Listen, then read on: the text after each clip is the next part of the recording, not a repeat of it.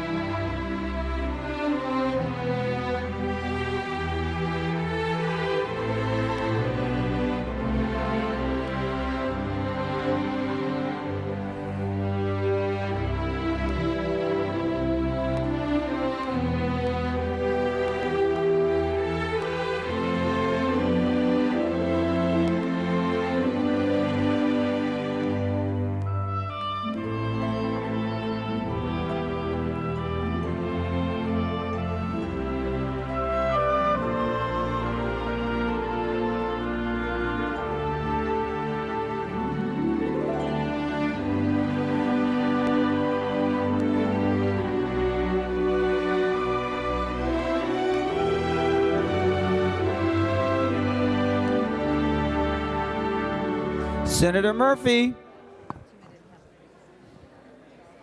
Mr. President, I move that further proceedings under the roll call be dispensed with and that the Sergeant at Arms be instructed to bring in the absent members. on that motion, all in favor say aye. All those opposed say no.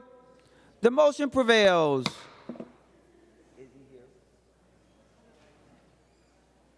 Members, ordinarily we would, if you'd be so kind as to stand, and ordinarily we would have a person doing prayer for us today. Today is one of those extraordinary opportunities for us to have a moment of silence and center ourselves and stop and just be thankful for today and for your family and for anyone else. I now see him. He is now going to lead us in that prayer. God has spoken. And so for today, our chaplain is, our own chaplain is Reverend Dr. Dwayne Davis from the Plymouth Congregational Church in Minneapolis. And as usual, following the prayer, please remain standing for the Pledge of Allegiance.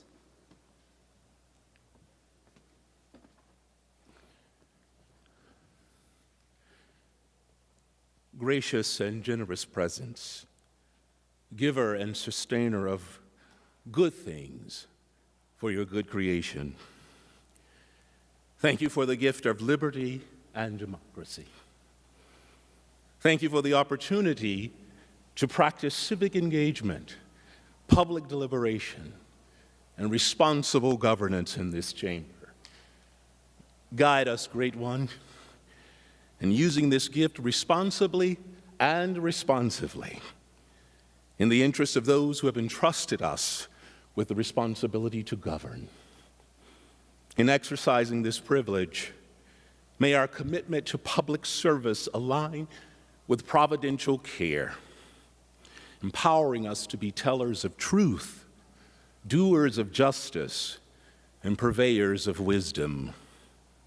As we open this session, let our first order of business be to dream and to imagine a better life and better community for every soul. Open our imagination to a rediscovery of democratic duty, power, and consciousness, such that our government may always and forever be of the people, by the people, and for the people. In your boundless grace, in your every move, in our every decision, help us always to choose what is good, just, and liberating for all. In your many names we pray. Amen.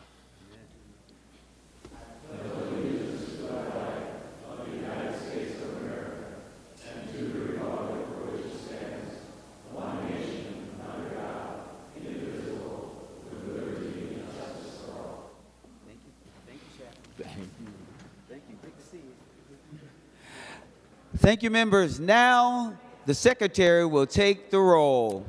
Abler, Anderson, Barr, Bolden, Carlson, Champion, Coleman, Swadzinski, Dames, Dibble, Dornick, Draheim, Drazkowski, Duckworth, Diedzik, Eichhorn, Farnsworth, Fateh, Frentz, Green, Grunhagen, Gustafson, Hoschild, Herr, Hoffman, Housley, Howe, Jasinski, Johnson, Klein, Coran, Kroon, Kunish, Kupek, Lang, Latz, Liskey, Limmer, Lucero, Mann, Marty, Matthews, May Quaid, McEwen, Miller, Mitchell, Mohammed, Morrison, Murphy, Nelson, Verbaten, Pappas, Pa, Port, Pratt, Putnam, Rarick, Rasmussen, Rest, Seeberger, Utke, Weber, Wiesenberg, Westland, Westrom, Wickland, Zhang.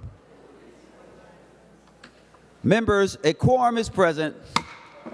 Members, pursuant to Rule 40.7, we have the following members who intend to vote from a remote location. Diedzik. Members, we will now start our order of business.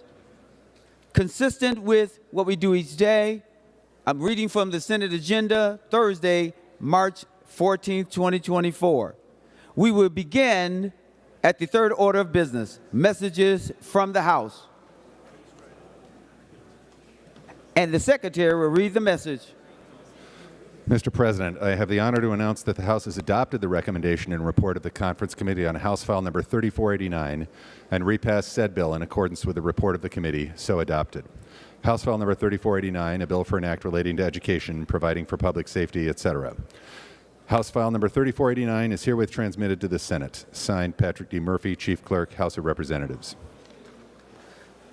Senator Westland for a motion. Thank you, Mr. President. I move that the foregoing recommendations and Conference Committee report on House File 3489 be now adopted and that the bill be repassed as amended by the Conference Committee.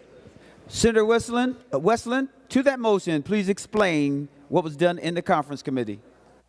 Thank you, Mr. President. A Conference Committee was convened on Tuesday, and the Conference Committee voted to take up the original House File 3489. That was passed out of Conference Committee, and that is the bill before us today. The Conference Committee did remove the amendment placed on the bill by the Senate on Monday. Members, you heard the motion before the body to adopt the Conference Committee report. I am now looking to the floor to see if there's any discussion on the motion. Senator Grudenhagen.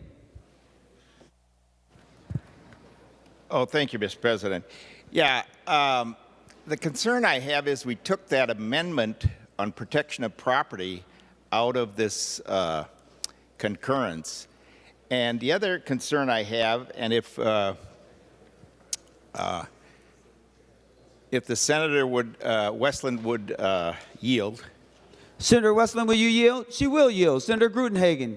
Oh, thank you, Senator Westland. And my question is, you know, on the original bill, there was an awful lot of authority given to the post board in terms of training and also, I think, to the degree of changing the intent even of what the bill is. So my question is, how much authority does the post board have to modify or change this language, assuming it passes and is signed by the governor? Senator Westland, to the question. Thank you, Mr. President. Senator, I'm not entirely certain that I understand your question.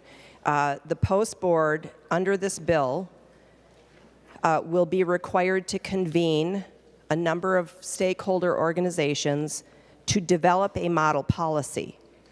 The model policy has a number of topics that at a minimum it must cover. It certainly can cover other things. So again, I guess I'm not entirely clear about the question, Mr. President, but the model policy will be developed by the Peace Officer Standards and Training Board in conjunction with input from various stakeholder groups. Senator Grudenhagen, the floor is back yours. Oh, thank you, Mr. President. Yeah, thank you for that response, Senator Westland. And rather than re-clarifying the question again, I'll just say to members, you know, we give these unelected boards a lot of authority to interpret and even modify the bills that come out of here. And that is a growing concern for me in terms of the intent of what we're actually doing. And I would, I guess it's one of the reasons I'm going to have a hard time supporting this concurrence. The other thing I'd just like to emphasize again is what I had said earlier when the original bill came up, is that, you know, we have promoted this lack of discipline and intervention to nip things in the bud philosophy that's based on atheistic psychology way back in the late 50s, early 60s, and it's come to dominate our educational system and our culture. And the more that we do that, the more problems and abuse we see. And I just want to give you one more example. I could give you more. But, you know, when I was on the school board, one day I had a grandparent and a single mom come in, and their 6th grade daughter had been removed from the bus and could not ride on it for, I think, about 3 weeks, if I remember right. Well, what had happened is the bus driver, according to them, had hauled off and hit this 6th grade girl. And the result was he was being suspended, and she was being removed from the bus. So having to always hear both sides of a story, I called up the principal and a couple other people up at the school district and said, well, what happened? Well, they told me the name of the bus driver happened to be a customer of mine in the insurance agency, and probably one of the most mild-mannered persons that I knew. And he was an older gentleman. And what had happened, according to the school district, this 6th grade girl was being very belligerent day after day after day to the bus driver. And of course, he didn't think he could do anything. So one day, it got to the point where he didn't care what the law was or the rules. He just hauled off and hit the 6th grade girl to put her in her place. You know, if you'd allowed him the authority to deal with it immediately, it would have never gotten to this point. So the grandma came back in a few days later to see if I had rectified the situation, because they said they didn't have a car to take her to school. They didn't know how she was going to, the 6th grade student was going to get there. And I told her the response that I had from the principal and from the school district. And she said, she admitted, she says, yeah, we can't control her at home either. So this whole idea of no discipline, or softness on discipline or crime for that matter, and then letting things fester to the point where people actually promote abuse, that's what we're actually promoting down this with these bills, and has taken over the culture of our educational system. And it's one of the reasons we need school resource officers in the schools, because they could actually do something. And yet the DFL tried to tie their hands last session, and hopefully this bill rectifies things in a little way. Thank you, Mr. President. Members, we are on the adoption of the committee report. I see Senator Limmer. Thank you, Mr. President. As we consider the final discussion of the SRO bill, I would like to encourage the body to support this bill. It's despite the fact that the original setting was a little hastily decided that put us in this position in the first place. We've had a very involved discussion as a state regarding SROs. The bill, I believe, is certainly adequate to get our SROs back in the school building, and that's really the ultimate reason why we have this bill before us at this time. It's vitally important that our children in schools are adequately protected, and quite often the number one primary purpose of an SRO is to develop good relationships between law enforcement and a younger generation. The issues that were questioned from the very beginning on police tactics, on the employment status of an SRO, has been addressed in this bill. And I would like to thank all of the participants that have led this bill to its final conclusion. Some people say this is not a perfect bill.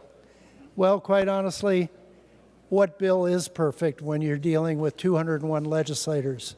But this particular bill is satisfactory. It has the support of all three major law enforcement professional organizations. And at this time, I believe we should follow their lead and support this particular bill. Thank you, Mr. President. Members, we're still on the adoption, and I'm looking at the body to see if there's anyone else who wants to speak before the author of the motion. Anyone else? I'm scanning the body. I do see someone. Senator Nelson. Thank you, Mr. Chair. Well, I just told my seatmate here that he said everything that I thought needed to be said, and so I had not planned to say anything. I agree that this is a much better place to be in than the original bill. It had serious flaws. But there's one thing that I would state that I don't know if has been stated today. So I am supporting this bill because I think it's important to get our SROs back in the school for school safety. But I do want to mention there is still somewhat a concern about a model policy and what does that look like, and is that going to be a moving model policy? I think so. I just want to voice some concern about that, but I am supporting this bill. It is supported by all of our law enforcement folks, and certainly I think we need to get it passed and get these safety measures back in our schools quickly. Senator Mitchell. Thank you, Mr. President. I just want to rise in favor of all of the work that was done here, and I was one of the people that did not vote for this as it moved off the floor because I thought the amendment added some complications, particularly adding some unintended consequences with prone restraints. As many people know, I am a foster parent. I have a disability child. I've worked with other children of disability, and in Minnesota schools, public schools, on average, there are over 10,000 different types of restraints used against our children, most disproportionately used against children of disabilities and minority children.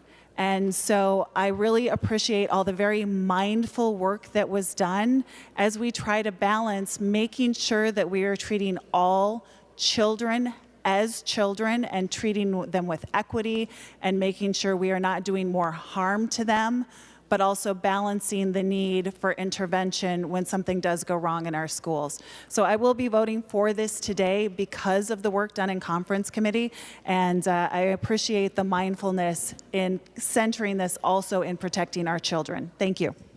Senator McEwen, and I just want to remind the body that the only other person I have on my list before we go to the author currently is Senator McEwen. If you're interested in being on the list, will you let me know as soon as possible? Because after Senator McEwen, if there's no one else, then we're going to go to the author for final comments before we vote. Thank you, members. Senator McEwen. Thank you, Mr. President. First off, I want to say that a thank you to the people who have done a lot of work over this last year to try to address some concerns that were raised, to try to reach some common ground, to try to bring some people together. I know that the work that has been done with a sincere desire to bring people together to meet the needs of students and law enforcement and safety in our schools. And I just want to make sure to truly extend a thank you to those people who have done that hard work and note that I appreciate that very much. That said, I need to give voice today to a number of stakeholders that didn't feel that the process necessarily included them or honored their voice in this. We have some information from a number of community organizations, including the Legal Rights Center, the ARC, Take Action Minnesota, Mid-Minnesota Legal Aid, Minnesota Education Equity Partnership, Solutions Not Suspensions Coalition contains a number of groups that are raising their concern about this bill. And their concerns are at the forefront of my mind as I consider whether or not to vote for this bill. And under the circumstances, the bill in the form that it's in, I'm not going to be able to vote for it today. And I want us all to truly hold the safety of our students, and not just the physical safety of our students, but also the safety emotionally of feeling that they are in an environment where they're cared for and where they're going to be protected, truly protected, their integrity protected, their emotional well-being protected as well. And to avoid these traumatizing experiences, I'm looking for a stronger protection that I don't see in this bill. So thank you to the people who've done this work. I'm not there, and I won't be able to vote yes on this today. And I'm sorry to the people in the coalition that their voices really, they don't feel that they have come through in this legislation.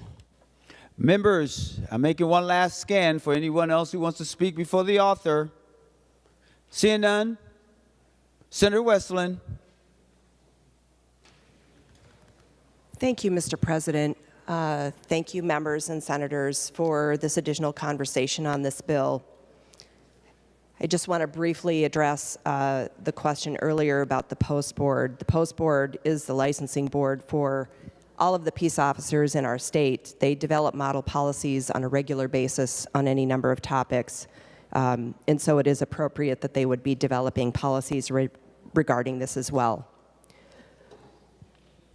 With regard to the concerns raised by my colleague, I hear that. I know my partner in the House has heard that.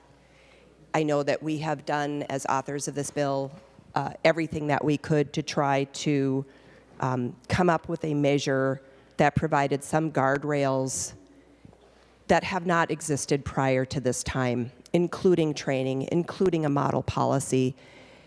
And we were very intentional about the groups that were required to be part of the development of that model policy. And that includes Solutions Not Suspensions and our Youth Council. It included the Minnesota Council on Disability and also an additional community organization related to disability, people who live with disabilities. And I understand that this is not a perfect bill, and that I would say that not everyone got what they hoped for or wanted in this particular bill. And I will echo the statements of Senator Limmer that I don't think anything ever leaves this floor one and done. I don't think anything ever leaves this floor in such perfect position that it cannot continue to be refined and worked on. And I have said and will continue to say that I know that I am committed to continuing conversations. The one important part of this bill that I do want to reiterate is we have a reporting requirement now that we have never had in the past. And it's incredibly important to provide information as we move forward. I thank you all for your consideration. I thank you for a thoughtful process, and a process that at times has been difficult, and again, I'm sure at times has been disappointing. You are correct, Senator. Everyone who's worked on this has worked in good faith, really focused on our kids and trying to do the best that we can for them. Thank you, members, and I hope you will vote yes on this conference committee report. Members, Senator Westland moved that the foregoing recommendations and conference committee report on House File number 3489 be now adopted, and that the bill be repassed as amended by the conference committee. All in favor say aye. All those opposed say no. The motion prevails. The Secretary will give the bill its third reading. House File number 3489, a bill for an act relating to education, providing for public safety, modifying the grounds for the use of reasonable force in schools. Any other discussion on the bill? Senator Abler? Thank you, Mr. President, and thank you to every person who's been a part of this process to undo the unnecessary gap in safety for 4 of my high schools. And thank you for working to repair the risk that they were at for no good reason. This bill was done without proper, the original version was done without proper input from the people who actually knew what they were doing. And God bless the Education Committee, but there were other voices not heard, and it resulted in more harm than I think the people that were bringing this forward realized. And I understand why they thought they were doing a good thing, Mr. President. They're simply afraid of the police. And there are sometimes I understand that. But, Mr. President, in Minnesota schools, there was no reason to be afraid of the police. There was actually every reason to wish they would be present if the school chose to have it there, if the district chose to have that kind of security present. And so I'm glad that to be a part of the process to help remediate some of the harm that actually happened. And so why am I coming out like this, Mr. President, in a day of resolution and going forward? I ran into one of my rank and file law enforcement friends just yesterday, and he was a SRO, a school resource officer, a policeman in a school, and had several years of that before he ascended to the rank of captain. And he is just the most amazing human being. And if he would tell stories about individuals that he kept on track, relationships he built, and what benefits he provided to the interaction between law enforcement and the youth of my area, it would be a remarkable story. He related that he, on I think 2 occasions over his years of service, had to do anything resembling any kind of force, and never the prone restraints that people think that they just wake up in the morning trying to put people into that. And so I'm glad it's remedied. So, Mr. President, on the behalf of the individuals who are fearful of the police, I get it. I've talked to a bunch of them, and there's things that happen in this society of ours that are fearful. But this is not George Floyd. There were not examples of that even brought forward ever in schools. And so is police work stressful? Is it hard on the family? Do they experience a lot of PTSD? Do some of them commit suicide? Mr. President, my son, who's a deputy, has come upon 5 individuals where he was the first officer finding a dead person. And that's the kind of individuals they have, and they are largely fearless. And they put themselves at risk every day to protect us. And for the cities and the areas who are wishing they had less police, they're going to wish they had the right number of police. When you call 911, you hope someone comes.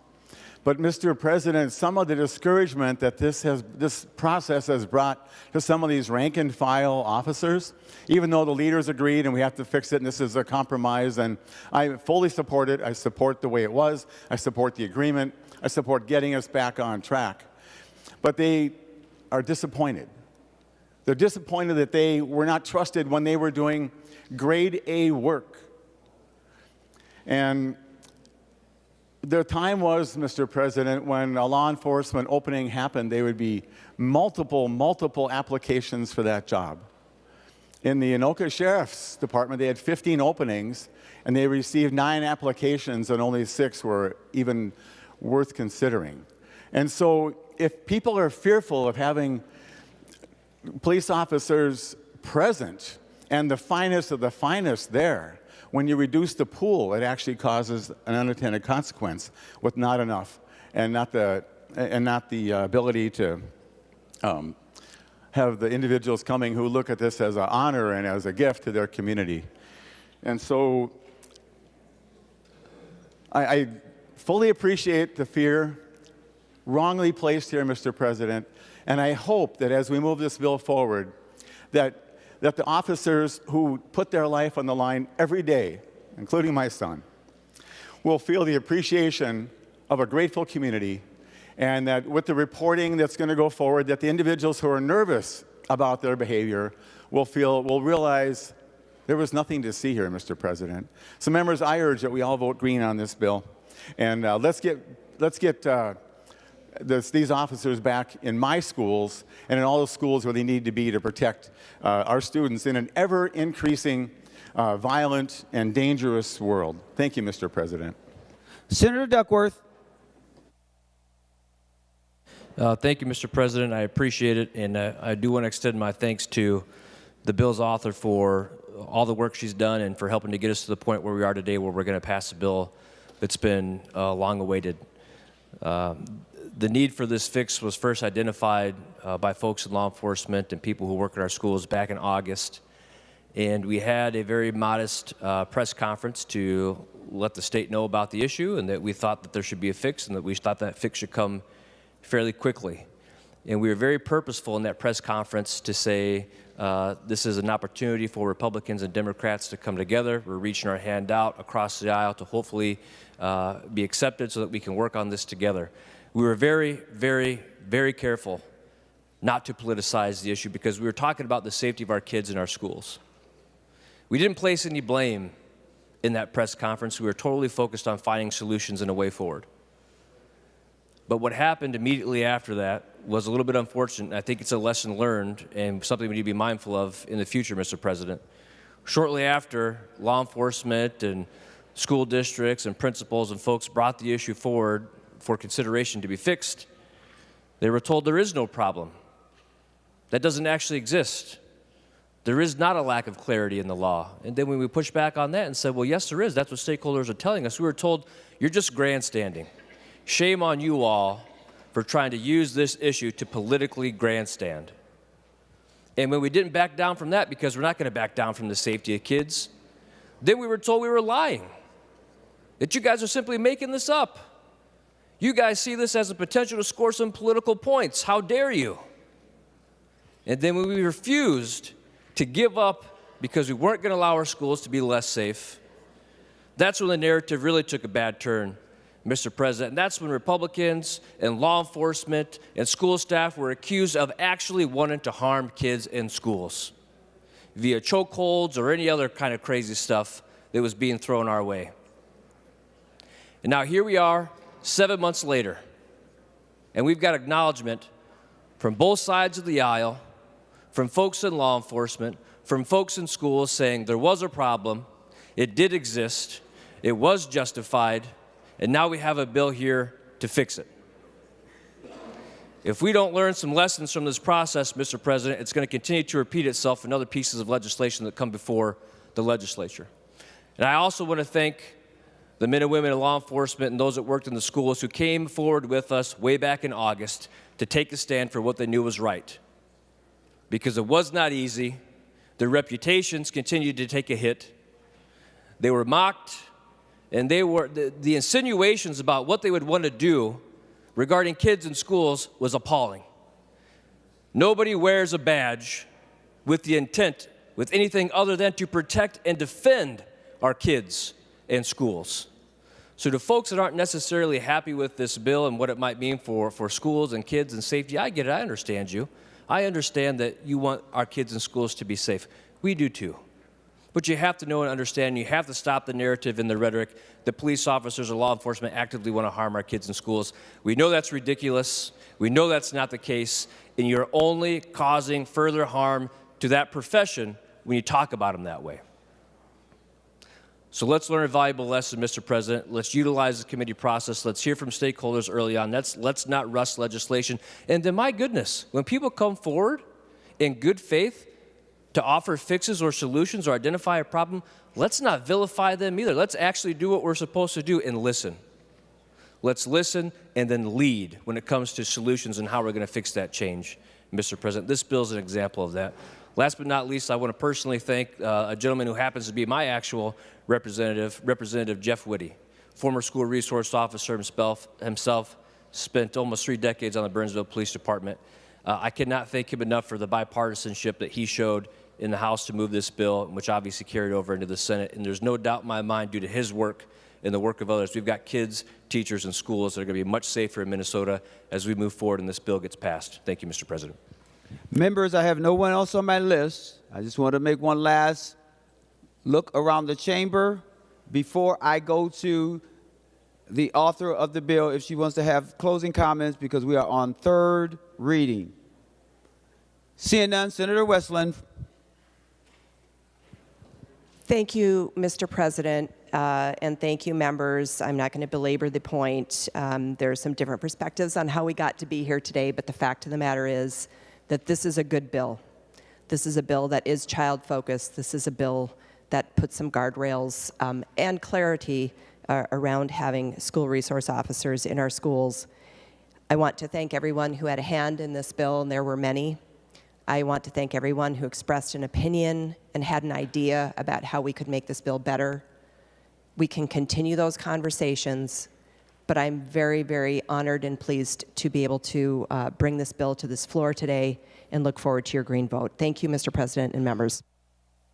Thank you, members. The Secretary will take the roll on final passage of the House file as amended by the Conference Committee.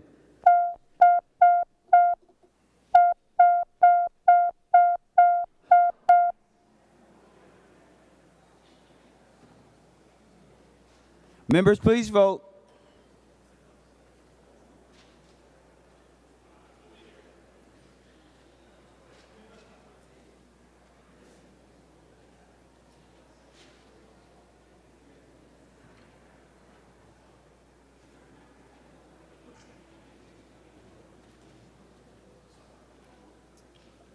Senator Friends, for those voting under Rule 40.7. Thank you very much, Mr. President. I report Senator Dietzick votes aye. Senator Dietzick votes aye. And I report Senator Port votes aye. Senator Port votes aye.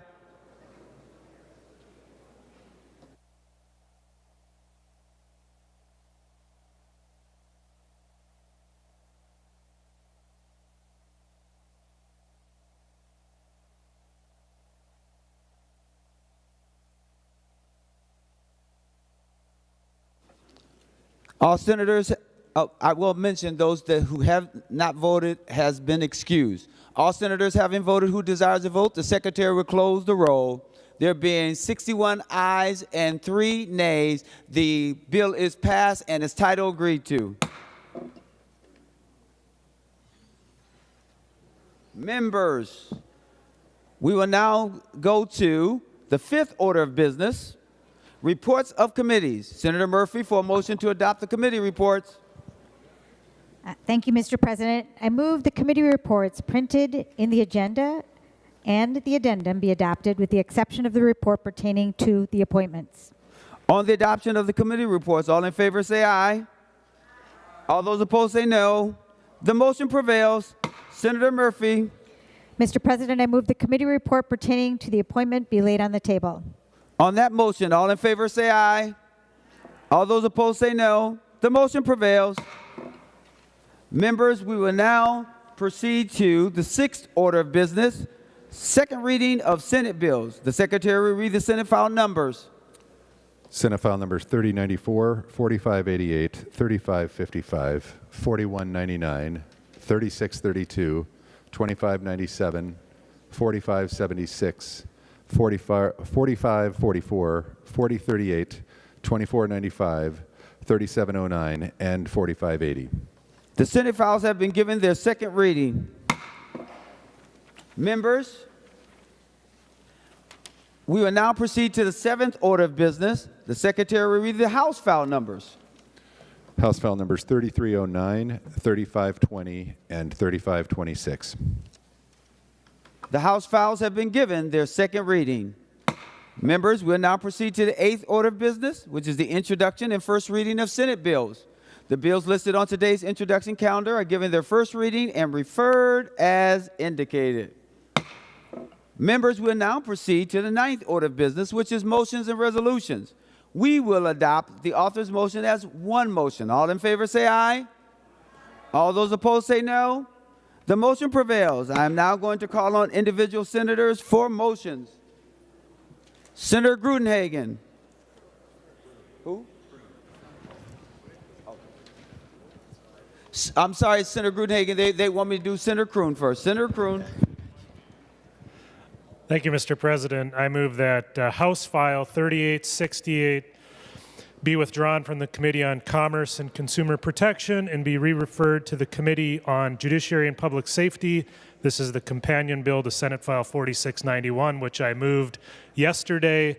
The purpose of this is to ensure that the House file is in the same place as the Senate file. I have spoken with both chairs of Commerce and Judiciary, and they agree. Thank you, Senator Kroon, for that context. Senator Kroon moved that House file number 3868 be withdrawn from the Committee on Commerce and Consumer Protection and re-referred to the Committee on Judiciary and Public Safety. On that motion, all in favor say aye. All those opposed say no. The motion prevails. Now, Senator Grudenhagen. Well, thank you, Mr. President. Yeah, I move that Senate File 4844 is withdrawn from the Committee on Commerce and Consumer Protection and is re-referred to the Committee on Health and Human Services. I have talked to both chairs, and they've agreed on this change. Thank you, Senator Grudenhagen. Senator Grudenhagen moved that Senate file number 4844 be withdrawn from the Committee on Commerce and Consumer Protection and re-referred to the Committee on Health and Human Services. All in favor say aye on that motion. All those opposed say no. The motion prevails. Members, we will now proceed, we will now remain under the order of business of motions and resolutions. Senator Murphy to designate special orders.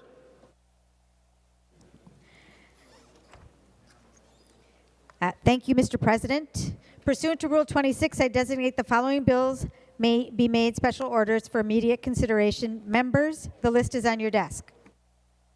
Members, that is correct. Thank you, Senator Murphy. The special orders list is on your desk. We will start with House File 3646. Senator Wickland. Thank you, Mr. President. House File 3646 is a technical bill that resulted from legislation we passed last year. The decision to separate key programs from 4 different agencies into one central agency was made to ensure state efforts were streamlined to support the well-being of children, youth, and families. When we established the Department of Children, Youth, and Families last session, we directed nonpartisan staff to make the necessary statutory changes to facilitate the transfer of responsibilities and related operational functions to the new department. Part of that process is cleaning up statutes by making consistent references, moving statutes to the correct chapter, and removing obsolete language. A coherent statutory framework will help us move forward with policy and program changes. Today, we are setting the foundation and making technical changes. And I will indicate that that is why we are bringing this bill forward early in session, because then the framework will be in place if other policy bills modify statutes in these chapters. And I'd be happy to answer any questions. Thank Any you. discussion on the bill? We are before us is House File 3646. Any discussion on the bill? I don't see any further discussion. The Secretary will give the bill its third reading. House File Number 3646, a bill for an act relating to children, youth, and families, creating the statutory infrastructure for the new Department of Children, Youth, and Families. Third reading. Any discussion on the bill? It is third reading. Seeing none, the Secretary will take the roll on final passage of House File 3646.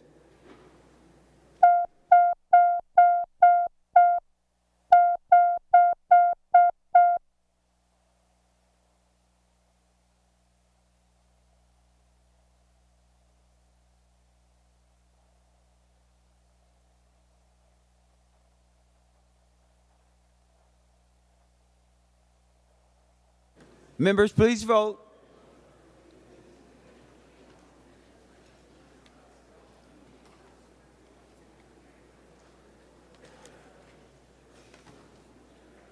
Senator French, for those voting under Rule 40.7. Thank you, Mr. President. I report Senator Dietzick votes aye.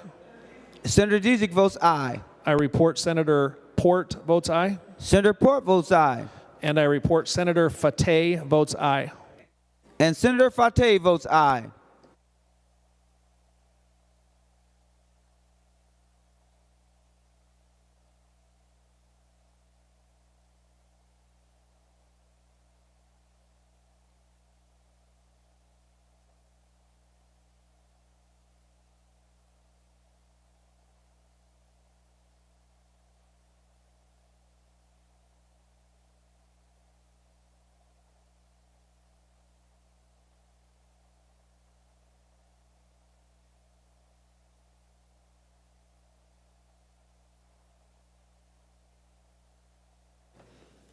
All senators having voted who desires to vote, the Secretary will close the roll. There have been 40 ayes and 25 nays. House File 3646 is passed and its title agreed to.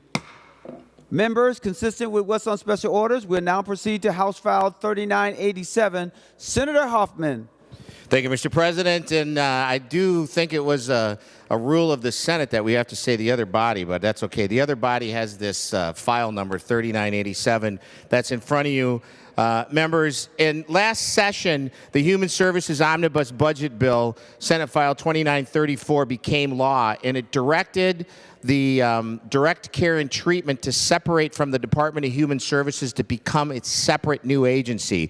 For those of you that want to look, it's called Chapter 61. The law instructed the reviser to identify and transfer all necessary existing statutes and rules in order to separate those two entities, Mr. President. And the reviser worked with nonpartisan staff all last summer and fall to correctly accomplish this endeavor.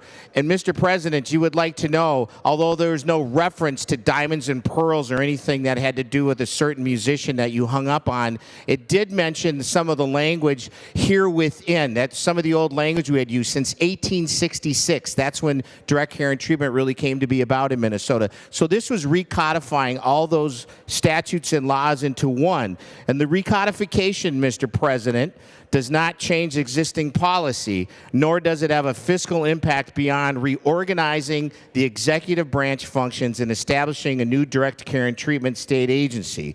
Any desire to change how direct care and treatment will operate and function, Mr. President, is in a separate bill. That's a policy bill. This just aligns the statutes up. By the way, Mr. President, I did tell you it was 1866 when some of those were, right? That's correct. So this bill is just to recodify an establishment.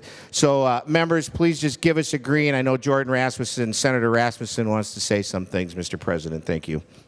Thank you so much. Senator Rasmussen. Thank you, Mr. President. And I also want to echo the bill authors' gratitude towards Senate Counsel and the Revisor's Office for this major recodification.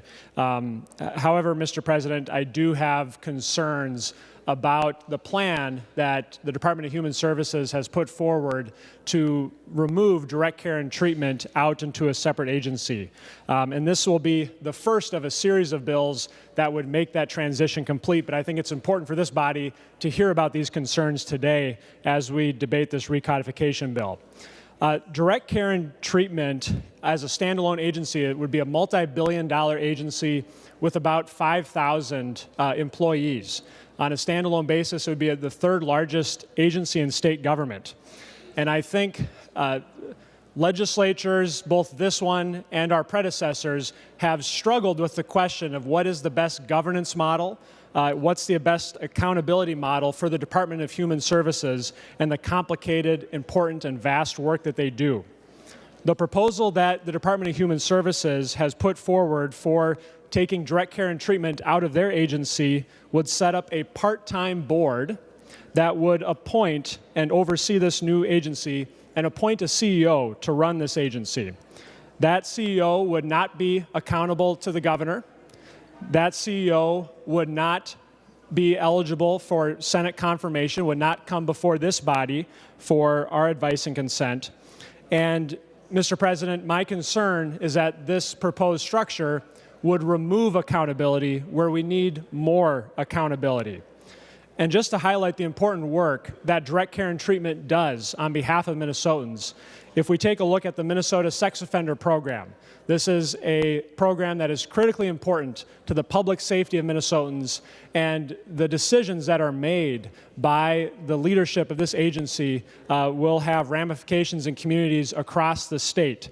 And so I'm very concerned about the structure of having a CEO who is neither accountable to the Senate nor the governor, who will be making important decisions on this critical program for Minnesotans. And so I'll be voting no on this bill today, and I hope that as this conversation continues, that we'll be able to have a bill that has more accountability and not less as we think about transitioning this into a separate agency. Thank you, Mr. President. Any other discussion on on House File 3987? Senator Grudenhagen. Oh, thank you, Mr. President. Yeah, I have some of the similar concerns, but I would ask if Senator Hoffman would yield for a question. Senator Hoffman, will you yield? He will yield. Senator Grudenhagen. Oh, thank you, Mr. President, Senator Hoffman. You know, the direct care, I've been on a committee of doctors and medical professionals for about, 10 years to try to come up with legislation addressing access and healthcare needs. And one of the things you find from some of the doctors, they believe they're in a box in terms of the health plans, and they can only do so much and only administer so much health care without the approval of the healthcare plan or of the health insurance companies or the bureaucracy. So they have gone to direct care, where they take money directly from patients on a monthly basis, and then they give them care. The price drops dramatically. There's more and more doctors taking this step, not only in Minnesota, but also other parts of the country. And so when I see this agency is going to be overseeing direct care, does it apply to medical doctors who give that type of care, where they're receiving a monthly stipend from patients and they're giving the care outside of the box of government or the health insurance plans? If Senator Hoffman would respond. Thank you. Senator Hoffman, to the question. Thank you, Mr. President. And to the good senator from Winstead, Glencoe, and Silver Lake, this is specifically to direct care and treatment. I guess I should have started. In 1866, the state of Minnesota established these direct care and treatment programs. It's an ableist term. I'm not going to say what it is now, but back then. And what it was to do was to specifically have those folks that were employed by the state of Minnesota. And so in this case, the answer to the good senator from Glencoe's question is yes, but there's a but clause, only in the aspect of the Department of Human Services direct care and treatment program, which was the first real Department of Human Services in the state of Minnesota. So what the good senator from Lester Prairie, Glencoe, Silver Lake, and Winstead is saying is that's a broader perspective where this is very narrowed, good senator, specifically on the statutes that when we broke the Department of Human Services up into DCT, there was that historical recodification that needed to occur. So all this bill does is just recodifies that piece. Now, to that, Mr. President, the good senator from Lester Prairie, Glencoe, Winstead, and Silver Lake, he maybe wants to be part of the Health and Human Services discussion when we talk about policies within how services and reimbursements are done. So I am grateful for the question. Thank you. Senator Gruenhagen. Well, thank you, Mr. President. Thank you, Senator Hoffman. You left out a few towns that I represent, but I'll forgive you for that. No, I appreciate that. I still have the concerns that Senator Jorgensen expressed, and I will have a hard time supporting this. But let's make sure that doctors have the right to get outside the box of the health insurance companies and the government micromanaging if, what, and when they give health care. And the way this reads, I'm afraid they might be going down that path. And I truly want health care freedom for the medical doctors so they can decide what the best treatment is rather than being told by insurance bureaucrats or government bureaucrats. Thank you, Mr. President. Members, remember we are on House File 3987. Anyone else wants to speak before we go to third reading? Seeing none, the Secretary will give the bill its third reading. House File Number 3987, a bill for an act relating to human services, implementing transfer of duties from the Department of Human Services to the Department of Direct Care and Treatment. Third reading.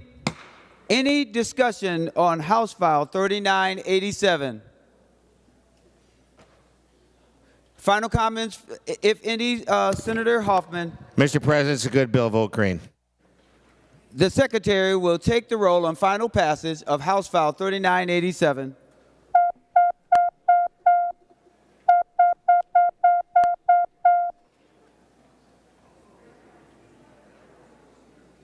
Members, please vote.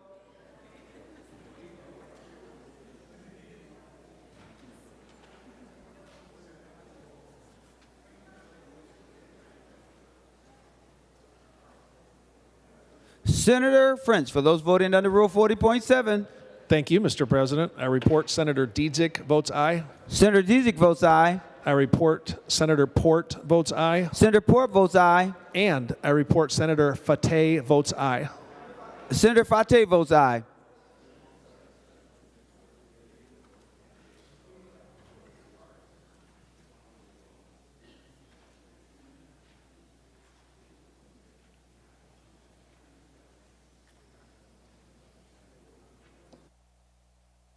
Senator Carlson, do you plan to vote? All senators having voted who desire to vote, the Secretary will close the roll. There have been 37 ayes and 28 noes. The bill is passed and its title agreed to. Members, we will now proceed to the 13th order of business, announcements of Senate interest. Without objection, the following senators will be excused from today's session: Lang all day, Liskey from 11:10 to the end, Fateh from 11 to 11:45. Any announcements of Senate interest, members? Seeing none, Senator Murphy for a motion to adjourn. Thank you, Mr. President and members. Just looking ahead to next week, I would anticipate that we're going to meet Monday, Wednesday, and Thursday. An agenda to follow in terms of the work that we're doing, and expect that we would meet at 11 o'clock on each of those days. And with that, members and Mr. President, I move that the Senate do now adjourn until Monday, March 18th at 11 a.m. On that motion, all in favor say aye. All those opposed say no. The motion prevails and the Senate is now adjourned.